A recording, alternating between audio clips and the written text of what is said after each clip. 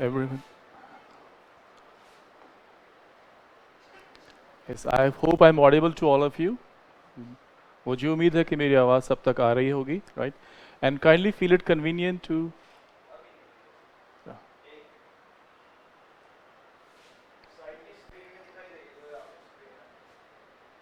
ठीक है.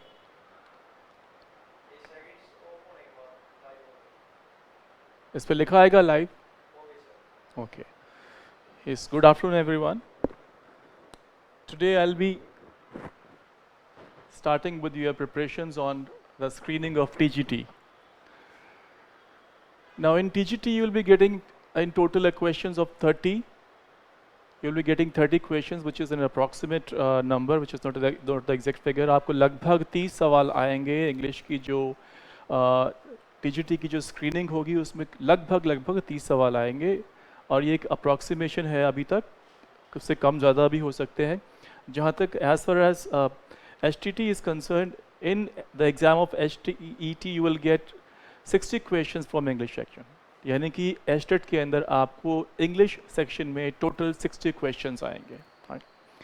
अब सबसे बड़ी बात यह है कि किस तरह के क्वेश्चंस हैं जो आपको इन स्क्रीनिंग के अंदर आ सकते हैं. ओके तो सबसे पहले I would like to define the syllabus. कौन सा सिलेबस है आपका, मैं बताना चाहूँगा.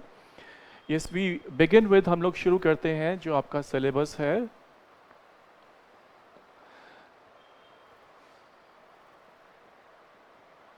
एज यूजुअल ग्रामर आपका एक पार्ट रहेगा. टीजीटी की स्क्रीनिंग के सिलेबस में ग्रामर आपका एक पार्ट रहेगा. दूसरा पार्ट जो रहेगा वो रहेगा आपका इंग्लिश लिटरेचर.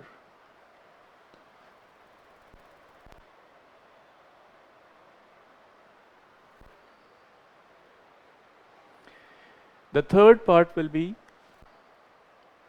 Literary criticism.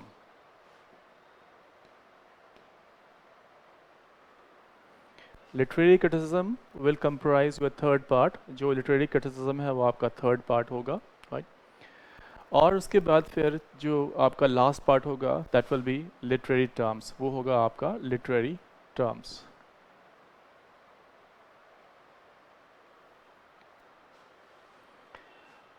आई रिपीट, आपका जो टीजीटी स्क्रीनिंग का सिलेबस होगा that will comprise of grammar, English literature, literary criticism and literary terms.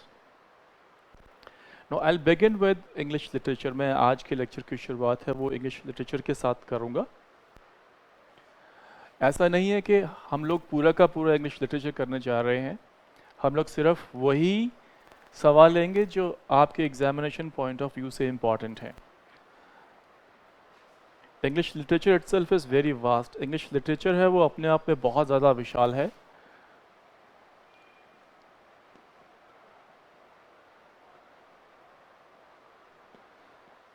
It is not possible to attempt all the questions from English literature. English literature से सारे के सारे सवाल तैयार करना वो अभी हमारे बस की बात नहीं है. कोई कर भी नहीं सकता है क्योंकि जो अंग्रेजी साहित्य है वो बहुत ज़्यादा वास्ट है. Okay so will pick up only those items from English literature which are important from examination point of view. हम सिर्फ इंग्लिश लिटरेचर में से वही ही चीज़ें लेंगे जो एग्जामिनेशन पॉइंट ऑफ व्यू से ज़्यादा इम्पॉर्टेंट होती हैं. इंग्लिश लिटरेचर के अंदर हमारे पास पीरियड्स होते हैं, periods of English literature. Right. और उन पीरियड्स में जो सब पीरियड्स आते हैं, जो छोटे पीरियड्स आते हैं, उसमें जो इम्पोर्टेंट राइटर्स हैं हम केवल वही इम्पोर्टेंट राइटर्स लेंगे. और इम्पोर्टेंट राइटर्स के हम सभी राइटिंग्स नहीं लेने वाले हैं. Will take only the important ones. जो इम्पोर्टेंट राइटिंग्स हैं हम लोग सिर्फ वही लेंगे. तो let us begin with English literature. आज हम शुरुआत करते हैं इंग्लिश लिटरेचर की. ऑन अ होल, कुल मिलाकर English literature is divided into 3 periods. पूरा का पूरा जो इंग्लिश लिटरेचर है वो 3 पीरियड्स में डिवाइडेड है. पहला है ओल्ड इंग्लिश, दूसरा है आपका मिडल इंग्लिश,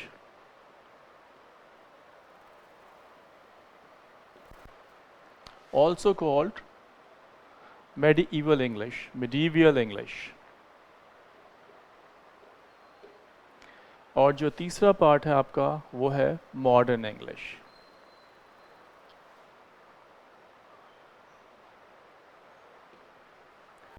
जो सबसे पहला सवाल अपने आप में बनता है वो बनता है कि इनके जो बड़े पीरियड्स हैं, ओल्ड इंग्लिश है, मिडल इंग्लिश है, मॉडर्न इंग्लिश है, वो कहाँ से कहाँ तक एक्सटेंड करते हैं।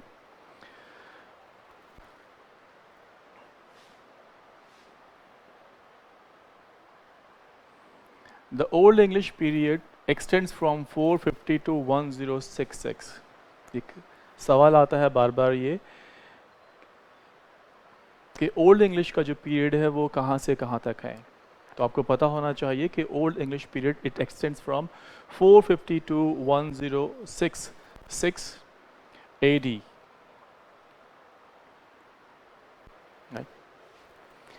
AD stands for Anno Domini, which means after the death of Christ. AD, Anno Domini, which means after the death of Christ. BC के बाद AD आता है। आपको पता होना चाहिए कि BC के बाद before the birth of Christ, उसके बाद हमारे पास AD आता है। ओके, अब द सेकेंड पीरियड जिसे हमने मिडिल इंग्लिश नाम दिया है, जिसको हमने मिडीवल इंग्लिश भी कहा है, वो एक्सटेंड होता है आपका 1066 to 1500 AD। 1500 AD, that constitutes your middle English or medieval English। और जो मॉडर्न इंग्लिश है वो 1500 1500 AD to present।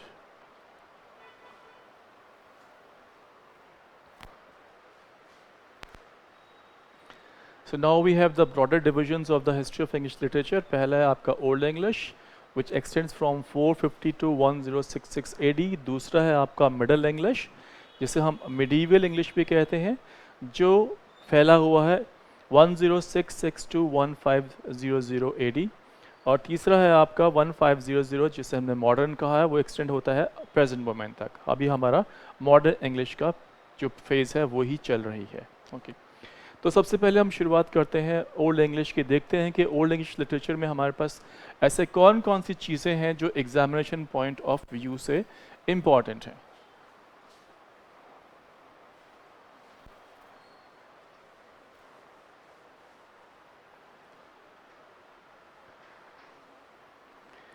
English literature के अंदर our focus will be on, हमारा जो फोकस रहेगा वो किस किस चीज़ों पे रहेगा।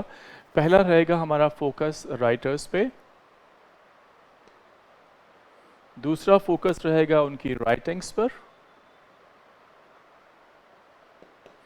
तीसरा फोकस रहेगा हमारा डेट्स पर, who rot what and when, किसने क्या लिखा और कब लिखा, राइट। चौथा रहेगा हमारा कैरेक्टर्स के ऊपर, कैरेक्टर्स के ऊपर रहेगा who figures in which story, which novel, which drama, right. चौथा रहेगा हमारे कैरेक्टर्स पर। कई बार सवाल आते हैं कि ये जो चरित्र है, जो कैरेक्टर है, ये कौन से नावल में है, कौन से ड्रामा में है, या कौन सी स्टोरी में है, राइट। पांचवा हमारा रहेगा थीम्स के ऊपर। पांचवा फोकस रहेगा, next focus will be on the themes. Now when we read English literature, जब हम इंग्लिश लिटरेचर पढ़ते हैं तो हमने देखा है कि English literature has to purposes. जो लिटरेचर है उसका दो पर्पस होते हैं। पहला होता है एंटरटेनमेंट और दूसरा होता है इंफॉर्मेशन। एक होता है आपको एंटरटेन करना, आपका मनोरंजन करना, और दूसरा होता है आपको जानकारी देना, राइट। तो जब हम किसी चीज़ को पढ़ते हैं तो हम तकरीबन तकरीबन ये देखते हैं कि उसमें कोई मैसेज तो नहीं है। यदि उसके अंदर मैसेज है या कोई किसी चीज़ की चारों तरफ बनी हुई है तो उसको हम कहते हैं थीम, या जिसको हम सेंट्रल आइडिया भी कहते हैं, केंद्रीय विचार भी कहते हैं, इसको हम क्रक्स ऑफ लिटरेचर भी कहते हैं। कि किसी लिटरेचर का, चाहे वो पोएम है, चाहे वो आपका नावल है, चाहे वो ड्रामा है, चाहे वो आपका ऐसे है, कोई भी चीज़ है, उसका जो मेन सब्जेक्ट क्या है, जो थीम है वो क्या है, हम उस पर भी सवाल करेंगे। तो हमारे जो क्वेश्चंस होंगे they will be based on number 1 writers, second their writings, number 3 the dates, number 4 the characters, and number 5 themes.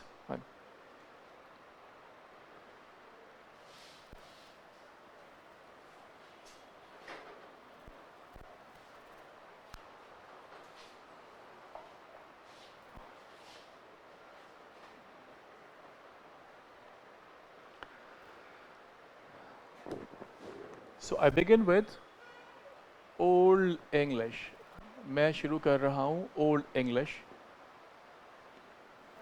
Late us see who are the important writers from old English period. कौन कौन से important writers हैं old English period से, what are their writings, उनकी writings क्या हैं, right, and what are the important features of these writings, और जितने भी इम्पॉर्टेंट फीचर्स हैं इनकी राइटिंग्स क्या क्या हैं, right. Now this old English period is also known as Anglo Saxon period.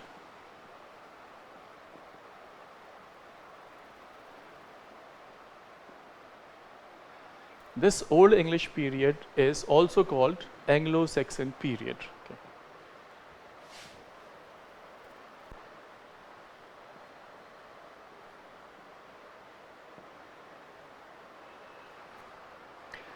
Now question comes, why is this period called Old English period? इस period को Old English period क्यों कहा जाता है? और दूसरा, इस period को Anglo-Saxon period क्यों कहा जाता है? This was the period, ये वो period था जब some Germanic tribes, कुछ Germanic tribes, यूँ कह लीजिए आपके some tribes, कुछ कबीले के लोग थे, who now come from parts of Germany, जो अब जर्मनी के पार्ट्स में आते हैं, राइट। तो जो एंशियंट जर्मनी था, जो पहले का जर्मनी था, उसके कुछ पार्ट्स के कुछ ट्राइब्स थे, उनको हमने नाम दिया जर्मेनिक ट्राइब्स, जिनमें मुख्यतया एंजल्स थे,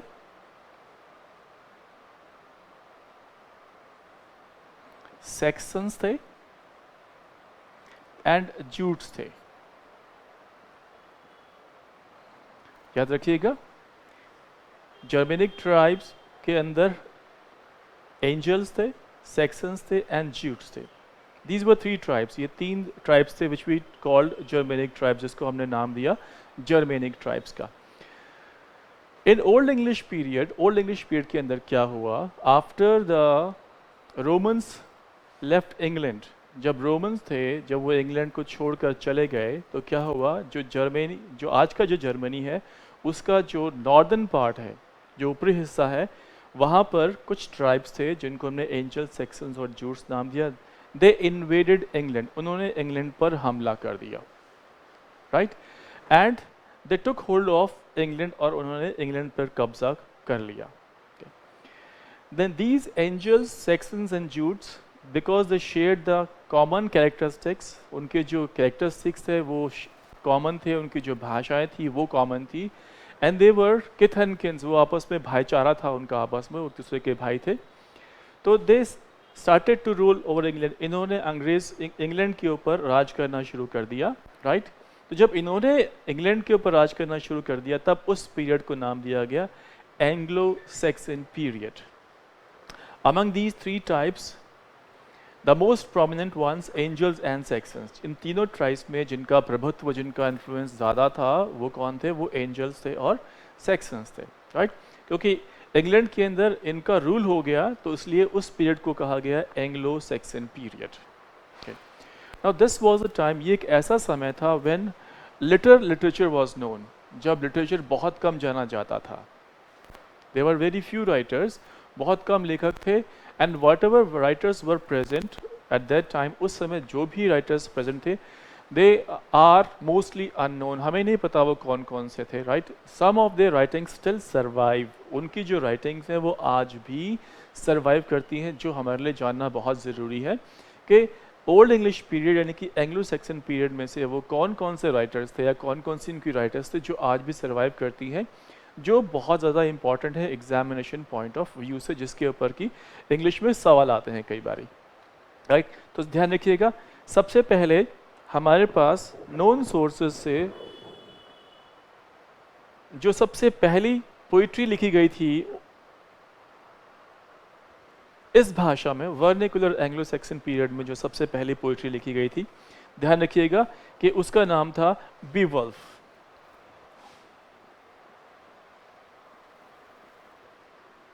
राइट।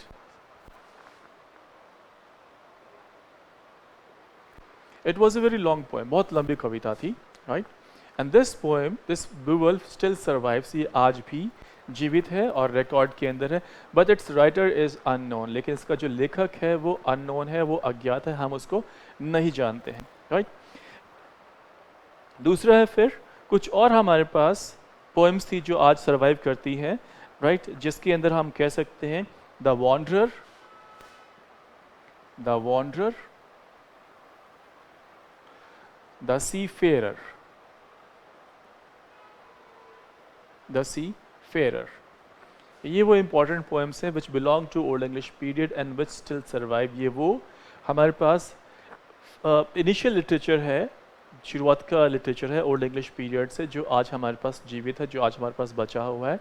मैं अगर फिर से रिपीट करना चाहूँगा, Beowulf, the wanderer, the Seafarer, right. एक और है जिसको हमने नाम दिया Deor, Deor, right.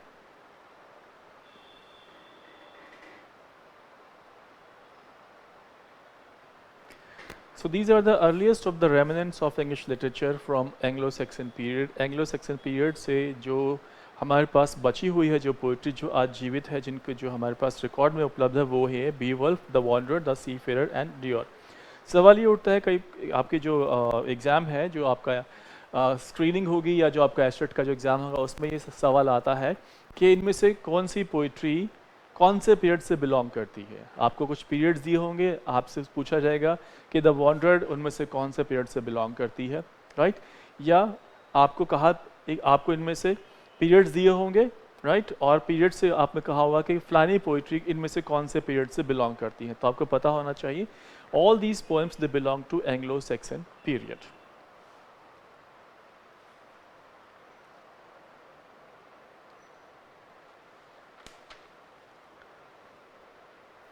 So these were the important writings from Old English period or Anglo-Saxon period. We move on to Middle English period. अब हम बात करेंगे Middle English period की।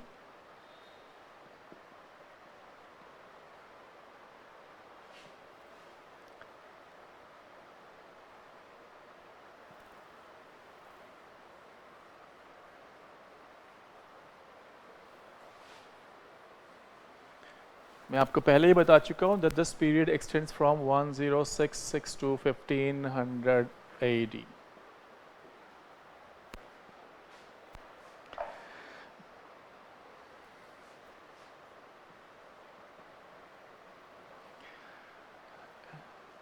In this Middle English, there is a portion of Middle English which extends from 1100 to 1350 AD.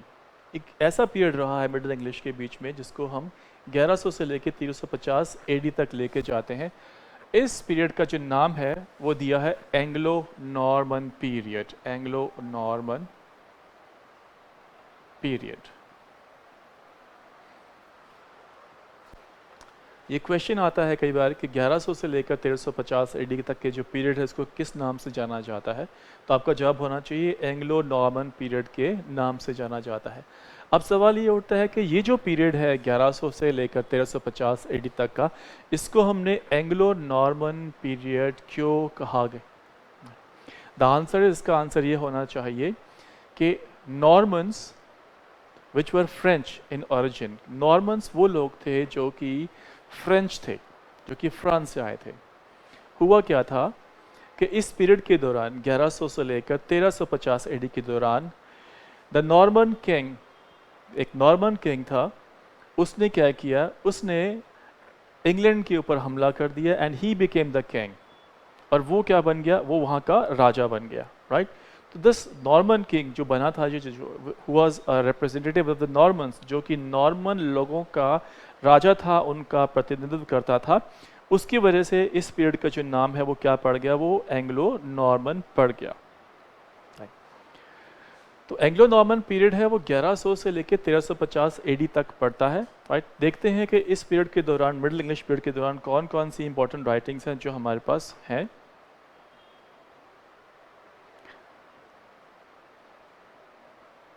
कुछ important writers जो हमारे पास आते हैं इस पीरियड, इस मिडिल इंग्लिश के, उनमें आता है एक sir Geoffrey Chaucer.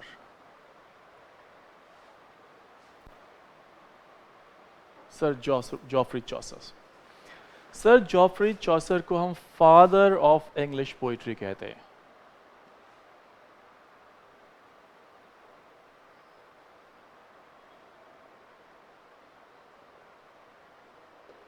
This is very important, this is a very important question.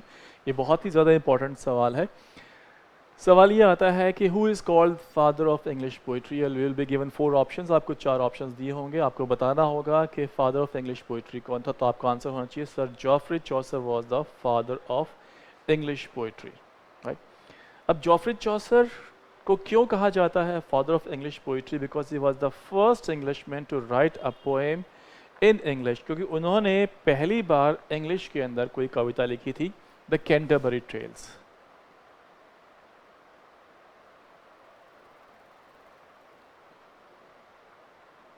जिसका नाम था कैंटरबरी टेल्स। तो आपको पता होना चाहिए कि who wrote the Canterbury Tales, Canterbury Tales किसने लिखा था, right. So the answer is sir Geoffrey Chaucer wrote the Canterbury Tales, and that is why sir Geoffrey Chaucer, because Canterbury Tale is the first poem in English. जो हमारी Canterbury tales है वो अंग्रेजी की पहली कविता है, इसलिए हमने सर जॉफ्री चॉसर को फादर ऑफ इंग्लिश पोइट्री कहा। दूसरा जो हमारे पास इम्पॉर्टेंट जो राइटर है वो है विलियम लैंगलैंड। विलियम लैंगलैंड,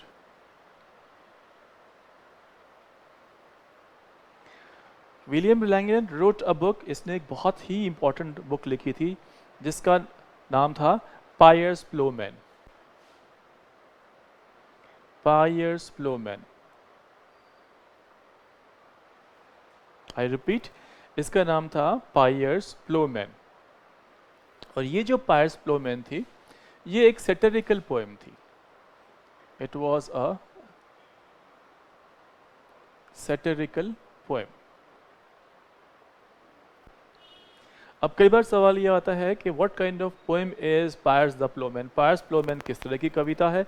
तो उसमें आपको 3-4 ऑप्शंस दिए होंगे, आपका आंसर होना चाहिए कि ये एक सैटिरिकल पोएम थी। अगला सवाल जो बनता है इसके ऊपर, हु रोट पायर्स प्लोमैन, तो आपका आंसर होना चाहिए William Langland wrote Piers Plowman, right. और एक सवाल और बनता है, what did William Langland write, कि विलियम लैंगलैंड ने क्या लिखा था। उसके पास आपके 4 ऑप्शंस दिए होंगे, तो आपको पता होना चाहिए कि William Langland wrote Piers Plowman. William Langland ने पायर्स प्लोमैन लिखी थी जो कि एक सैटिरिकल पोएम थी, राइट। अब यहाँ से एक सवाल उठकर आता है कि सैटिरिकल पोएम कौन सी होती है? सैटिरिकल वर्ड बना है सटायर से, और सटायर को हम हिंदी में क्या कहते हैं? कटाक्ष कहते हैं। कटाक्ष, कटाक्ष का मतलब होता है शुद्ध रूप से गाली देना, किसी को ऐसी गाली देना कि शुरू में तो उसको महसूस ना हो और बाद में उसको पता चले अरे यार दूसरे ने तो तेरे को गाली दी है। So a satire is a fine art of calling names. किसी को गाली देने की जो शुद्ध कला होती है वो सटायर कहलाता है, वो कटाक्ष कहलाता है। तो पायर्स प्लोमैन है वो एक तरह का कटाक्ष है, किसी चीज़ पर, किसी घटना पर या किसी व्यक्ति पर किया गया कटाक्ष है, और हमने इसको नाम दिया पायर्स प्लोमैन। उसके बाद जो हमारा अगला इंपॉर्टेंट वर्क है मिडिल इंग्लिश पीरियड से,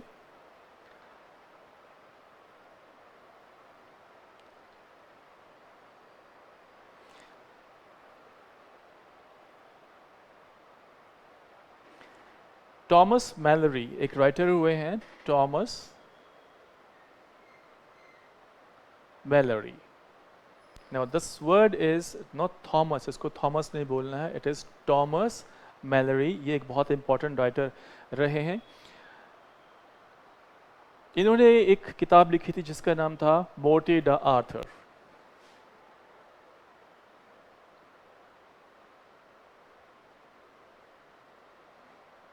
Now this Morty the Author was a romance, ये एक रोमांस था।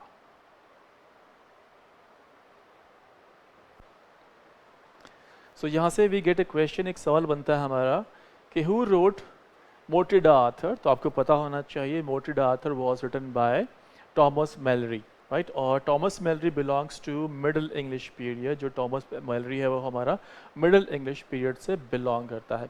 अब यहाँ से वी गेट अनदर क्वेश्चन, एक और सवाल बनता है कि रोमांस क्या होता है।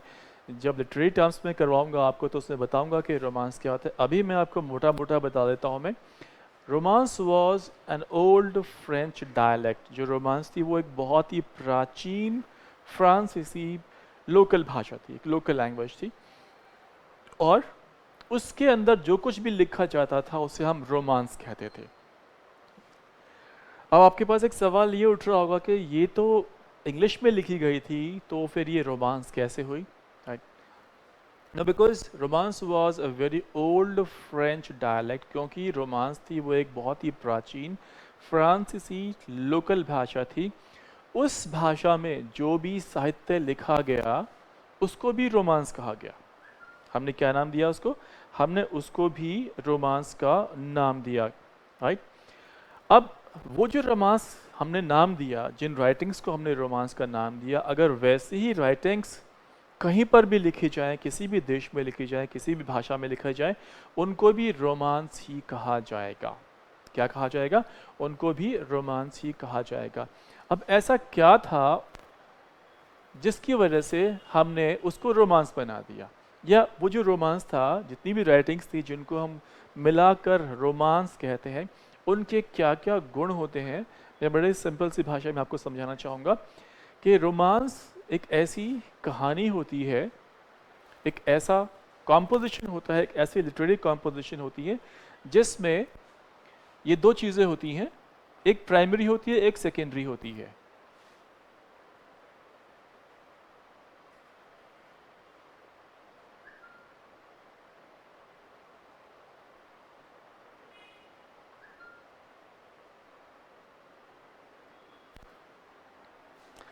वो कौन कौन सी चीज़ें हैं इसमें? पहली है चीज़ जो प्राइमरी है, जो जिसका होना अनिवार्य है।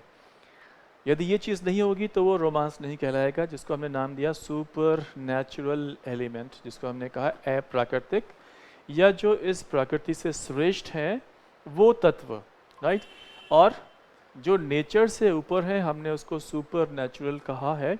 इस नेचर से ऊपर क्या क्या है? इस नेचर से ऊपर हमारे पास जो चीज़ें आती हैं उनको हम देवी देवता, भूत प्रेत, भगवान, चुड़ैल, राइट, इस तरह की चीज़ें जिनके का कोई एक्सप्लेनेशन नहीं है, जिनको किसी ने देखा नहीं है, लेकिन हम मानते हैं कि वो इस धरती से सर्वश्रेष्ठ हैं, उनको हमने सुपर नेचुरल एलिमेंट कहा। ऐसी कोई भी घटना जिसका हम कोई एक्सप्लेनेशन नहीं कर सकते, जिसका हम कोई साइंटिफिक एक्सप्लेनेशन नहीं दे सकते, उसे हम सुपर नेचुरल मान लेते हैं, सुपर नेचुरल एलिमेंट मान लेते हैं। तो इसका होना अनिवार्य है।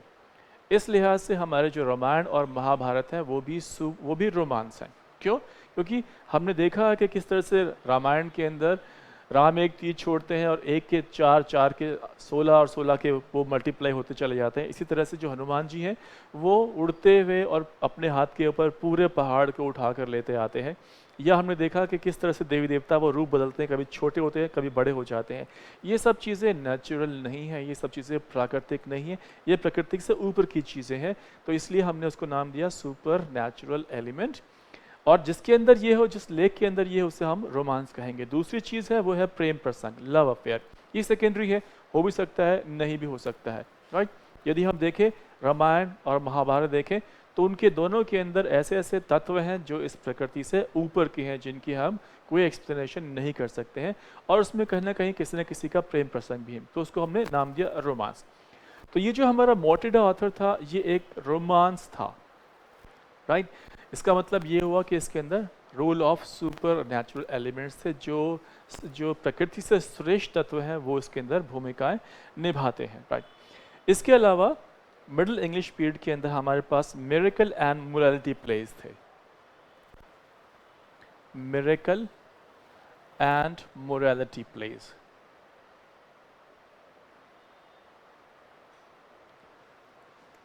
ये नाटक लिखे गए थे मिडिल इंग्लिश पीरियड के अंदर, जिसको हमने मिरेकल एंड मोरालिटी प्लेस कहा।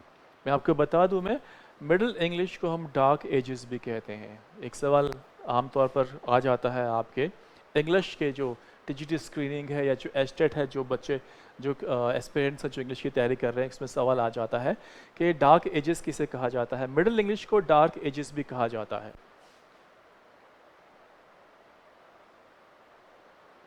अब इसको डार्क एजेस या डार्क एज क्यों कहा जाता है, उसका एक कारण ये है कि that during this period, middle English period के दौरान, no entertainment was allowed, no entertaining activity was allowed. इसके दौरान, इस पूरे पीरियड के दौरान किसी भी किस्म की जो एंटरटेनमेंट, जो मनोरंजन वाली एक्टिविटी थी, वो अलाउड नहीं थी। The only kind of activity that was allowed was religious. जो एक ही प्रकार की जो एक्टिविटी जो अलाउड थी वो थी धार्मिक, राइट।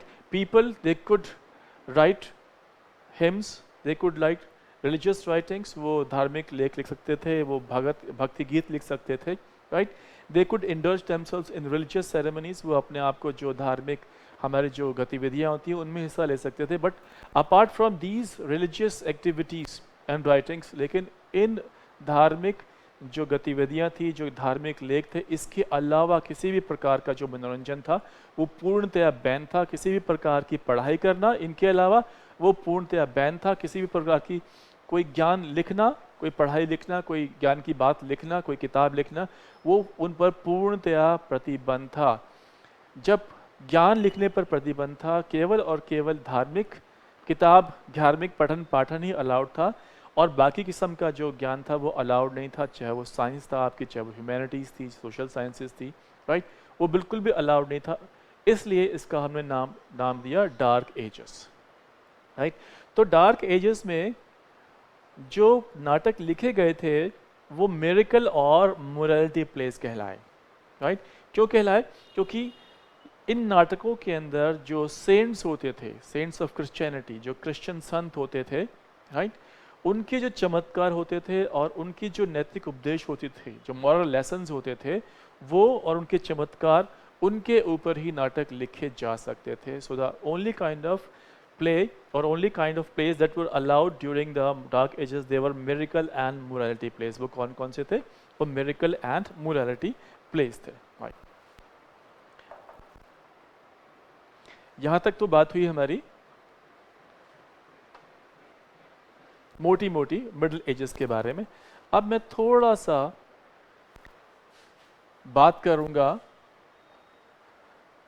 उस साहित्य का जो इंग्लिश में नहीं था, लेकिन जो आम तौर पर कई बारी इंग्लिश लिटरेचर के पेपर में जिसके सवाल आ जाते हैं।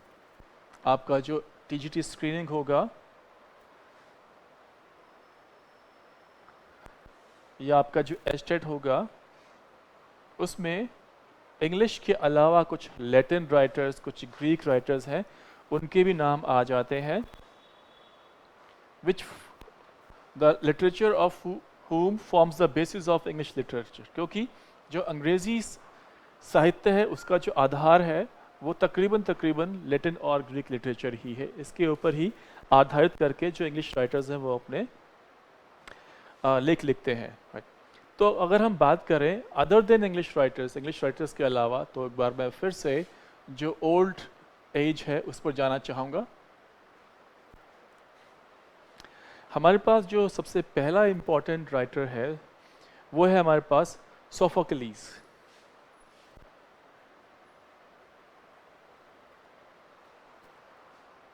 From 497 to 406 BC।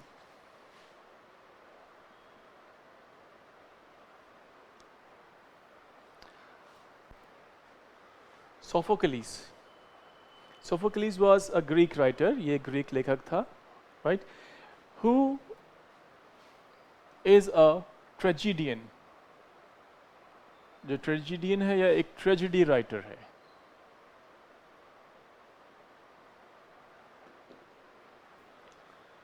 Who was famous for his tragedies। मैं आपको बता दूं कि Greece has given us the most famous of all the tragedy writers. जो सबसे बढ़िया ट्रेजेडी राइटर्स हुए हैं वो हमें किसने दिए हैं? वो हमें ग्रीस ने दिए हैं, राइट। और ग्रीस ने ही हमें सबसे पहला जो लिटरेरी क्रिटिसिज्म पे काम था वो लिखा था अरिस्टोटल। अरिस्टोटल ने सबसे पहला जो क्रिटिकल वर्क दिया था वो था poetics.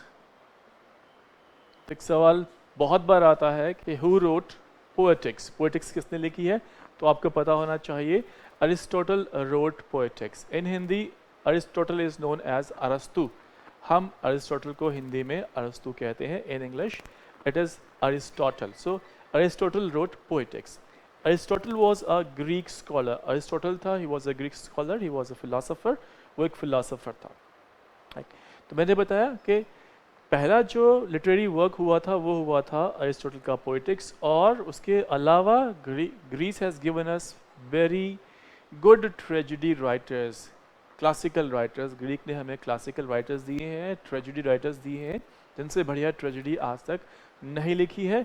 And upon whom even Shakespeare also model his place, और जिनको देखकर शेक्सपियर ने भी अपने जो नाटक है वो उन्हीं को देखकर बनाए हैं, राइट। तो सोफोक्लिस जो हमारा सबसे पहला इंपॉर्टेंट ग्रीक राइटर है, उसकी कौन कौन सी राइटिंग्स थी, कौन कौन सी जी ट्रेजेडीज थी जो आपको आती हैं, कि सवाल ये आता है कि who wrote this and this, ये किसने लिखी, उसमें आपको ऑप्शंस दी होती हैं और उन ऑप्शंस में से आपको छांटना होता है, राइट। तो जो बहुत ज़्यादा इंपॉर्टेंट है मैं सिर्फ वो ले रहा हूँ, हालांकि this man has written 7 tragedies, ने 7 ट्रेजेडी लिखी थी, लेकिन मैं आपको सिर्फ जो इंपॉर्टेंट है सिर्फ वही बताने जा रहा हूँ कि सोफोक्लिस ने कौन कौन सी इंपॉर्टेंट ट्रेजेडीज लिखी थी।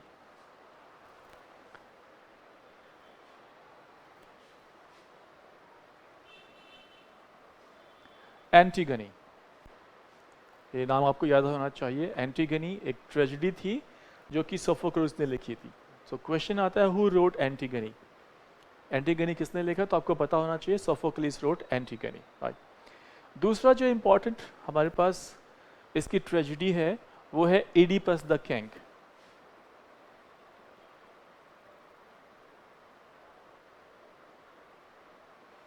इडिपस द किंग, ये बहुत ज़्यादा इंपॉर्टेंट ट्रेजेडी है सोफोक्लिस की, राइट, और जिससे हमारा नाम हमें मिला है इडिपस कॉम्प्लेक्स, राइट। शेक्सपियर में एक सवाल आता है इडिपस कॉम्प्लेक्स का कि इडिपस कॉम्प्लेक्स क्या होता है, ओके। तो इडिपस कॉम्प्लेक्स जो होता है वो मदर फिक्सेशन होता है, मदर फिक्सेशन।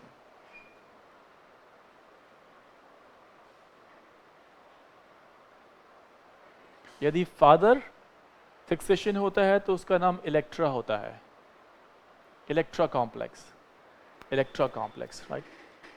तो when the son and the mother they are attached, they are deeply attached, जब माँ और बेटे के बीच में गहरा संबंध होता है, वो एक दूसरे के बगैर नहीं रह सकते, एक, तो उसको हम मदर फिक्सेशन कहते हैं। जब when the son is completely dependent upon mother, जब बच्चा जो होता है, जो बेटा होता है, वो पूरी तरह से माँ के ऊपर निर्भर होता है, चाहे वो कितना ही बड़ा क्यों ना हो जाए, उसे हम मदर फिक्सेशन कहते हैं, उसे हम इडिपस कॉम्प्लेक्स कहते हैं।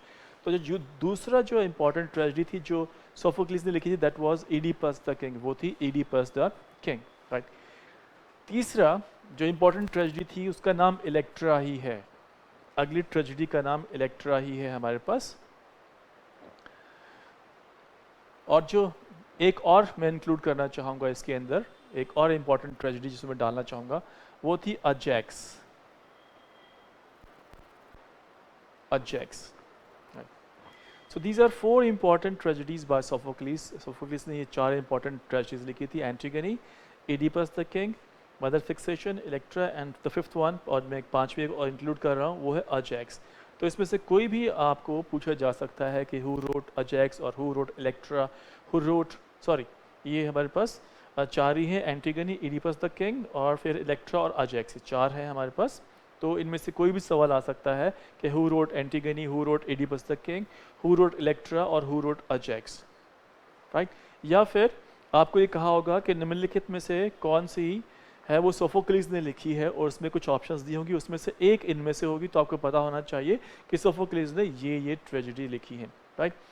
दूसरा सवाल जो बनता है हमारे ऊपर वो क्या है, what kind of writer was Sophocles, Sophocles किस तरह का राइटर था, क्या वो पोएट था, क्या वो प्ले राइट था, राइट, या वो नॉवलिस्ट था, राइट, या वो एसेइस्ट था। तो आपको पता होना चाहिए he was a tragedian, he wrote tragedy, उसने ट्रेजिडीज लिखी है। नेक्स्ट हमारे पास जो इंपॉर्टेंट ग्रीक राइटर है,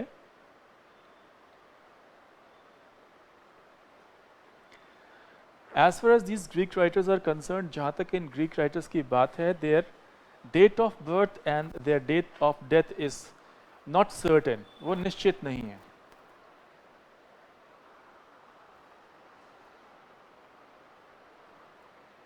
दूसरा जो इंपॉर्टेंट हमारे पास ग्रीक राइटर है वो है एस्काइलस।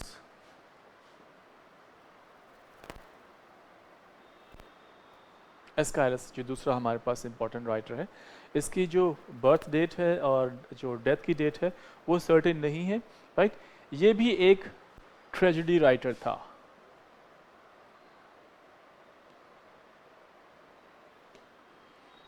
मैं आपको बताना चाहूंगा कि सोफोक्लिस,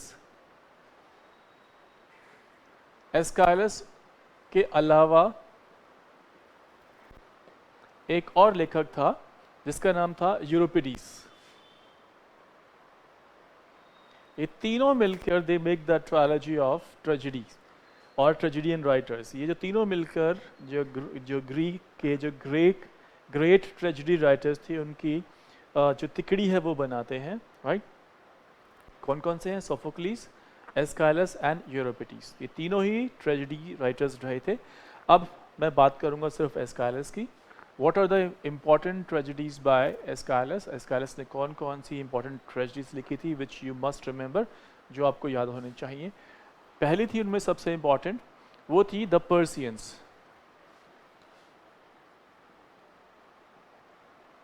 The Persians। अब if the question comes who wrote The Persians, the persons किसने लिखी है, तो उसमें ऑप्शंस में आपके एस्काइलस भी होगा, सोफोक्लिस भी होगा, यूरोपिडीस भी होगा, ओविड भी होगा, या एक और कुछ और राइटर्स होंगे। तो आपको पता होना चाहिए कि it was Aeschylus who wrote the Persians, के जो एस्काइलस था उसने द पर्सियंस लिखी थी, right.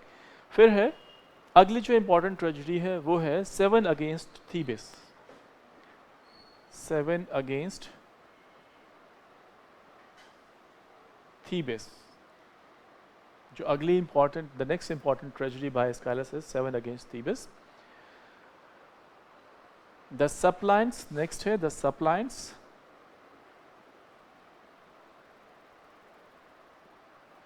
The next one is Suppliants. जो उसकी अगली इंपॉर्टेंट ट्रेजेडी है वो सप्लाइंस है, right? उसके बाद जो अगली इंपॉर्टेंट है जिसका कई बार नाम लिया जाता है, कई बार क्वेश्चंस इवन नेट में भी आता है इसके पे क्वेश्चन, वो है एगेमेमनॉन।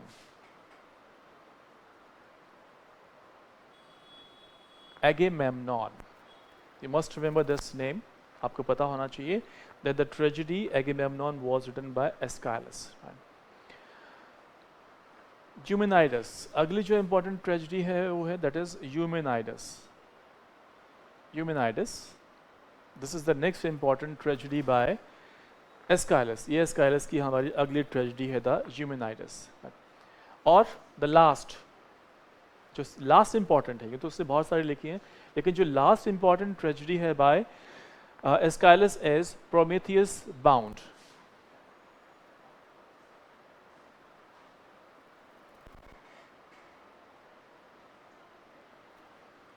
प्रोमेथियस बाउंड, इस पे तो सवाल बहुत बार आता है, यूमेनाइडस पे बहुत बार आता है, एगेमेमनॉन पे बहुत बार सवाल आता है, 7 अगेंस्ट थीबस पे बहुत बार सवाल आता है, नेट में भी इन पे कई बार सवाल आते हैं कि हु रोट दीज ट्रेजेडीज, कि ये ट्रेजेडीज किस किस ने लिखी हैं।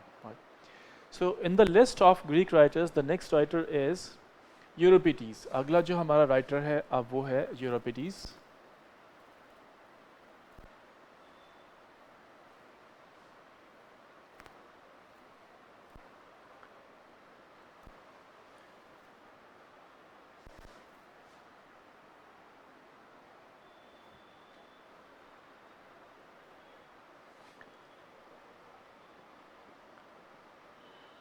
Euripides is our next Greek writer.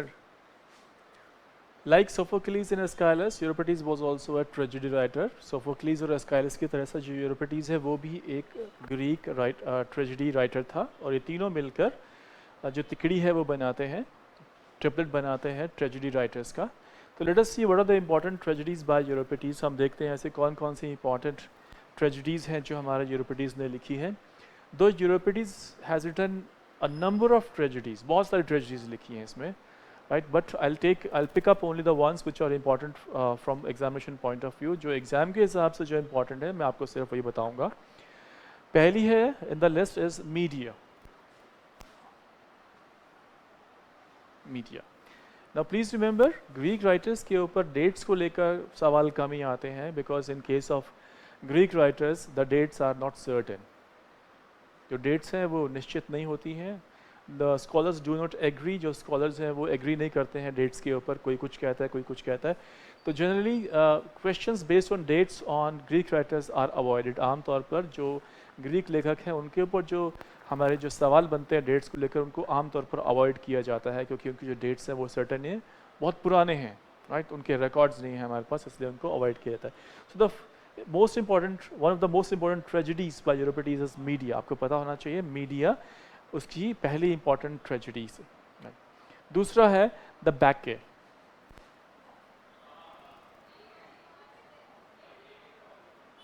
The बैके,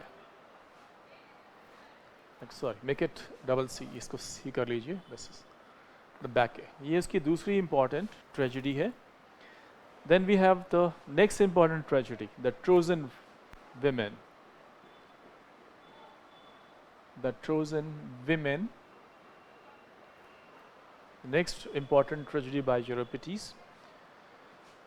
Then of course Helen is there. Helen बहुत important tragedy है by Euripides. Helen.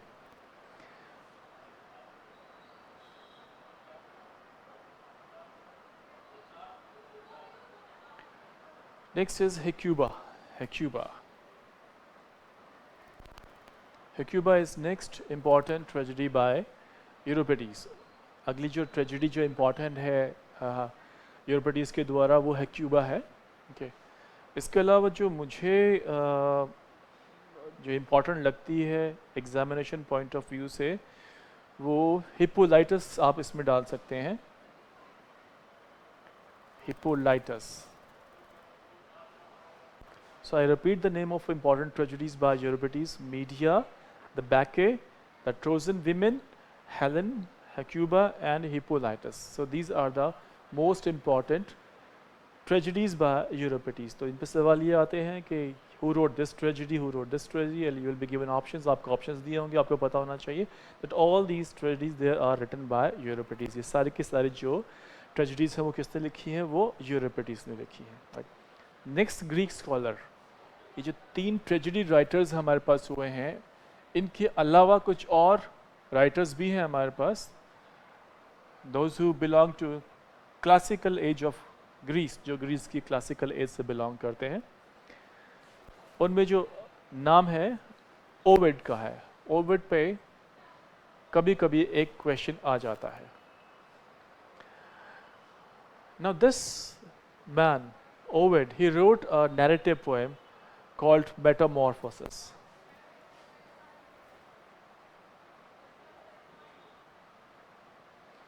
Now this Metamorphosis is a narrative poem.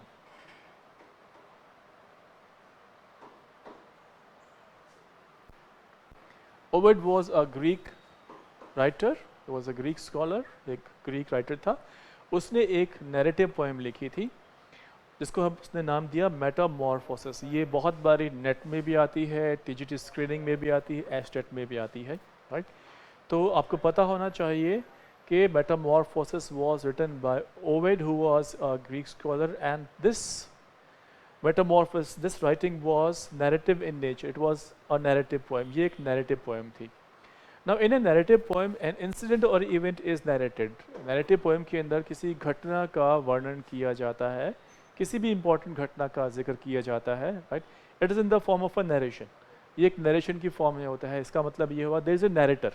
एक नैरेटर होता है, एक कहानी सुनाने वाला होता है, किसी घटना को सुनाने वाला होता है, तो उसको हमने नाम दिया narrative poem. Next important writer is Pindar. Next important writer is Pindar. Now this Pindar is important in literature because this writer gave us a type of ode which was called Pindaric ode.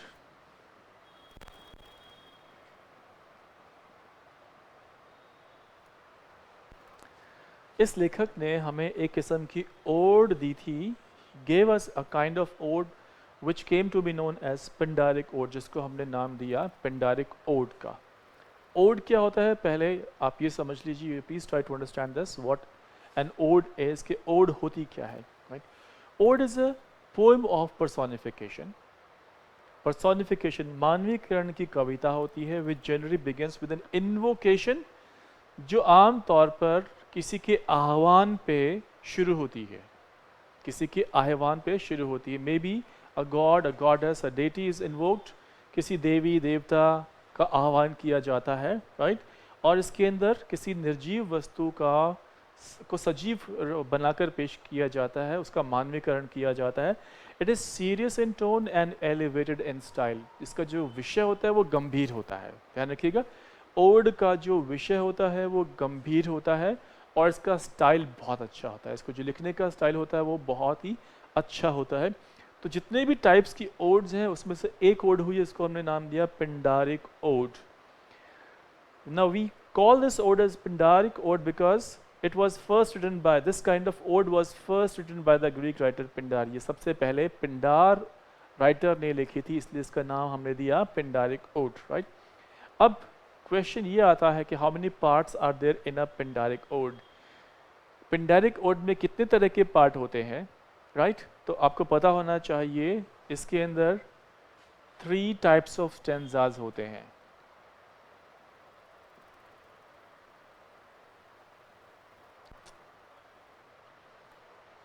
In a Pindaric ode there are 3 types of stanzas। इसमें 3 stanzas होते हैं, तीनों अलग अलग किस्म के होते हैं, राइट। कौन कौन से होते हैं? स्ट्रॉफी, एंटी स्ट्रॉफी एंड एपोड। मैं एक बार फिर से रिपीट कर रहा हूँ कि इस तरह की जो ओड होती है पिंडारिक ओड, उसमें 3 तरह के स्टेंजा होते हैं। एक को हमने नाम दिया स्ट्रॉफी, दूसरे को एंटी स्ट्रॉफी और तीसरे को एपोड हमने नाम दिया। अब सवाल कई बार ये आता है कि स्ट्रॉफी किस स्टेंजा को कहते हैं, या स्ट्रॉफी में क्या शो होता है, एंटी स्ट्रॉफी में क्या शो होता है और एपोड में क्या शो होता है, राइट। तो ध्यान रखिएगा।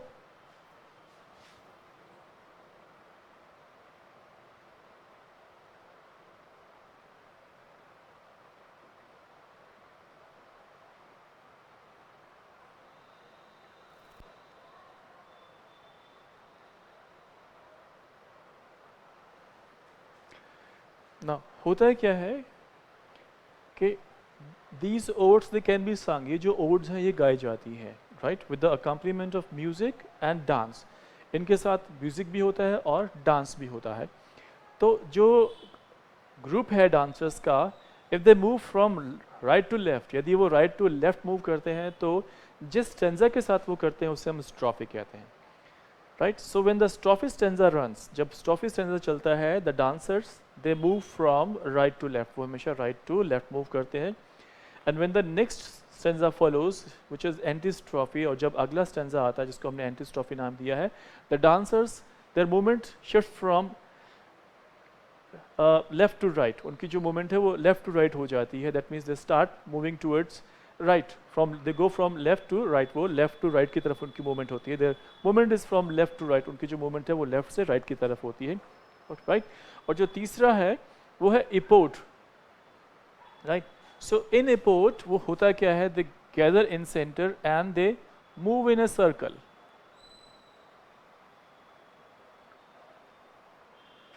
So instead of going from right to left or from left to right, they start to move in a circle। वो एक सर्कल में मूव करना शुरू कर देते हैं और जिस स्टेंजा के साथ वो मूव करना शुरू कर देते हैं उस तीसरे किस्म के स्टेंजा को हम लोग एपोर्ट कहते हैं।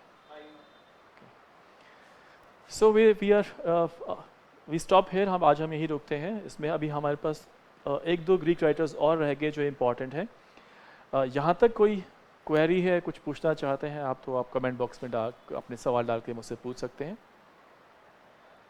Otherwise from my side time is over, आपका जो समय है वो ख़त्म हो चुका है। उम्मीद है कि आपको जो मैंने करवाया है वो समझ आ गया होगा। यदि आपकी कुछ क्वेरीज हैं तो आप उनको कमेंट बॉक्स में पूछ सकते हैं मुझसे।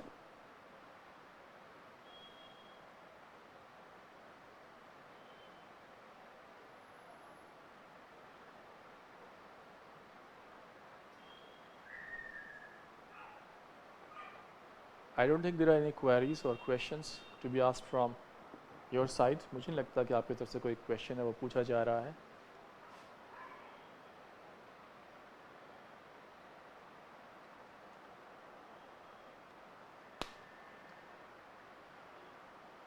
सो see you in the next lecture.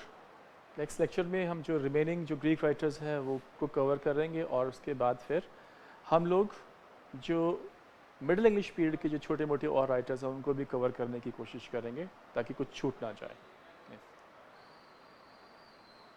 So it's bye from my side. 1 घंटे का तो नहीं हुआ ये।